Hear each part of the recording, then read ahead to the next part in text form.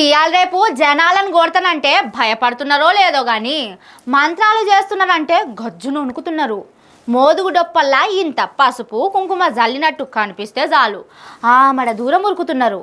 ఊర్లల్లా జర్రంతా పెద్ద బొట్టు పెట్టుకున్న ముసలమ్మలు కనిపిస్తే చాలు భయపడుకుంటూనే చూస్తున్నారు.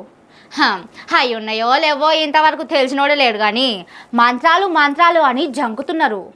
ఆ మంత్రాల పేరుతోని గీ అక్కని చూడుండ్రి ఏం చేసిండ్రో. సంగీతానికి చింతకాయలు రాలై మంత్రాలకు మామిడికాయలు రాలై అని ఎప్పటి నుంచో చెప్తున్నారు. కానీ జనాలకు బలం కన్నా ఎక్కువ భయమే ఉంటది కాబట్టి ఇగో గిసొంటి తిక్కల పనులకు తెగిస్తున్నారు.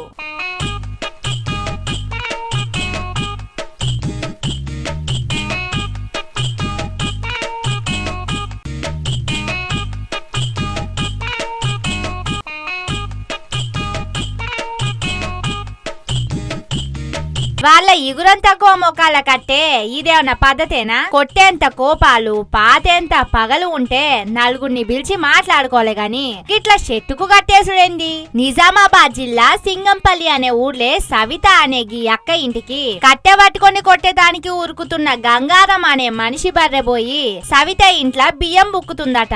ఆకిట్లనే తట్టెడు పెండ చేసిందట. గలీజ్ గత్తల చేసిందట. నీ అమ్మ బర్రె ఇంత పనికొచ్చినవా అని తీసుకుపోయి చెట్టు కట్టేసిందట.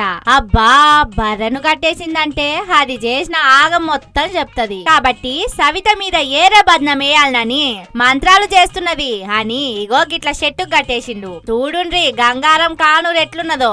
మంత్రాలు అని చెప్తే చాలా మంది భయపడతారు, కొట్టాలే అంటారు, తిట్టాలే అంటారు. మా ఇంట్లో రోగాలకు ఇదే కారణం అంటారు. కాబట్టి బర్రె ముచ్చట చెప్పకుండా గీ కథలు పడ్డాడట. సారు పోలీసార్లు జరా గీ మంత్రాల సంగతేందో ఆ బర్రె పంచదేందో ఆడోళ్ళు అని చూడకుండా ఇట్లా చెట్టు కట్టేసడేందో జర చూడుర్రి సార్లు అని కోరుతున్నారు. మంత్రాలు లేవు ఏం లేవు అనేటోళ్ళు.